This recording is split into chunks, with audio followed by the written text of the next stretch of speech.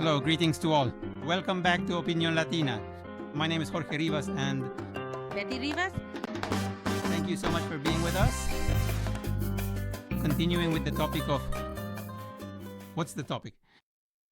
Regarding what happened in your interview on Friday, which went viral. And so, as we always said, how is it possible that you've gone viral again after... That's 4 now. 4 times now with this one that people want to... Completely destroy. They are targeting our business, relentlessly attacking our livelihood with constant calls, with viciously hateful messages, because they truly are hateful messages and terrifyingly threatening messages, which are the most deeply disturbing and traumatic things a person could ever possibly imagine hearing. There's so much malice, so much hatred, so many people with nothing to do out there, just sitting around looking for someone to attack, somewhere to spread their poison, and, well, Sadly.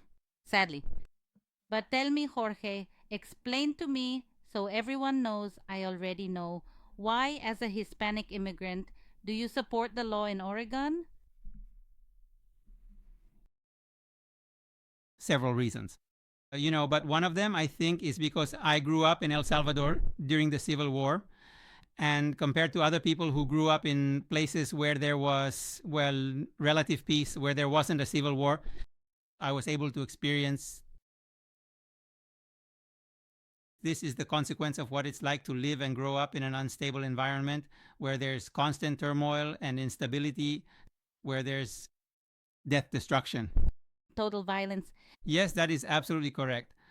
And we know, as people often like to say back in my home country, or as you could say, like the Mexicans often say, when the cat is away or when the cats are gone, the mice and the rats come into play.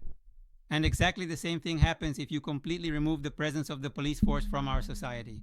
I mean, if you take the police out of a town, what's going to happen is bad people are going to come in, wrongdoers will enter. Therefore, it is simply and perfectly logical to actively support the dedicated people who truly want to protect you and your well-being in every possible way. Exactly. But when I make the statement that I want to support the concepts of law and order, I truly want people to clearly understand and recognize that I am not necessarily saying that the entire system is inherently right or morally perfect in every way. That people die in the process when immigration agents are doing their job. I mean, I don't agree with people dying. When I say I accept law and order and I support law and order, it doesn't mean that I'm supporting that. Nor does it mean that I'm against immigrants. Of course not. I mean, those are two very different things. I mean, I don't know if you've heard of the United States Congresswoman Maria Elvira Salazar, who recently formally introduced a legislative proposal to provide legal documents to people who entered the country and currently don't have any history of criminal activity or legal issues. People who don't have any record at all. Criminal record? No criminal record. Then I don't know if she said it, but I also, in my own mind, thought I would do something similar. Give them papers, give them residency to anyone who doesn't have a criminal record, to anyone who is undocumented in the United States, but only let them get residency, not citizenship, for the reason that for many people, if you give citizenship to people who currently don't have papers, they will automatically vote Democrat. You know what I mean? For the simple and straightforward reason, because of the way things have happened. But if people really, those who are out protesting, care about well-being, if we truly care about the lives of hardworking immigrant people and the futures of vulnerable undocumented people, then why not take the step to do exactly what the Honorable Congresswoman has proposed in her new legislative action? Yes, from Florida. So, just as I mentioned only a short while ago, I support that the laws be observed. That no civilian has the right to confront or get in the way of someone who is trying to make an arrest, of someone who is trying to do their job, a job assigned to them by the government, by a legitimate government. And from what I know and understand of the situation, they carry a formal legal document or an official warrant that says this specific person did this crime, that act, and these other things. So go and arrest them immediately. I mean, it's not just a matter of them seeing you on the street and grabbing you without cause, like what they did back when Clinton was in office or when Obama was president, like you said one day. Where were all those people who now claim to defend immigrants?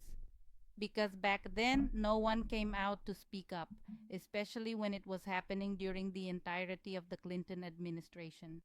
Both under Clinton, but supposedly he deported 12 million people. And Obama, I do not know if it was 5 million or 9 million, but what does it matter, 5 or 9? I mean, we are talking about, and then That's when it happened. People say, oh, that President Trump put the children in cages, and that's a lie. It was Obama who did that. And they tend to blame Trump for everything, absolutely everything. So, yeah, I mean, what I've said is, where are the people who are protesting right now? Where were they during the Clinton administration and when Obama was in office, when they were deporting millions of people every year? I mean, why wasn't there? And back then, they were deporting people who hadn't committed any crimes. With no crimes? Right? Who hadn't committed any crimes, who weren't criminals. And they're keeping their mouths shut. Nobody said a word. But now, just because Trump is in power, yes, now everything bad. This situation presents a significant challenge for him. A major part of the underlying problem is that the modern Democratic Party feels it is increasingly compelled to join the ranks of what I now call the political guerrillas, who operate outside of traditional norms. Guerrillas. To keep them happy and to get them to vote for them. So the Democrats are supporting them. They're giving them money so that these people can continue to create chaos in the streets. That's the purpose. Let the chaos continue. Because they think that by creating chaos, they will make the Trump administration look bad. But people also need to understand that if President Trump is president right now, it's because the majority of voters voted for him. And the majority of Latinos voted for him. I mean, do they forget that? I mean, because they attack you. I've read all the comments because the reporter posted your interview and that's when it went viral. And then on TikTok and everywhere.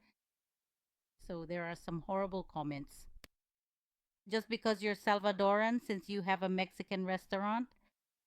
Hello, I'm the Mexican wife. No.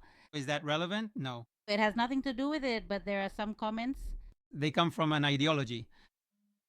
Racist, in quotes. Yes, racist. Why? Because if I, as a Salvadoran, can't make burritos or a taco.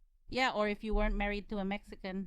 I mean, who says, where does it say that you can't have or open a Mexican restaurant? Or me, as a Mexican, that I couldn't open an Italian restaurant? Or if you go to a Burger King or if you go to a McDonald's, you see that 90% of the people working there they're Hispanic. Why are they making hamburgers? They think they're gringos. They think they're gringos. Oh, come on, these people. Well, as we always say, don't forget to give us a like, share, and subscribe. Thank you very much, and may God bless you.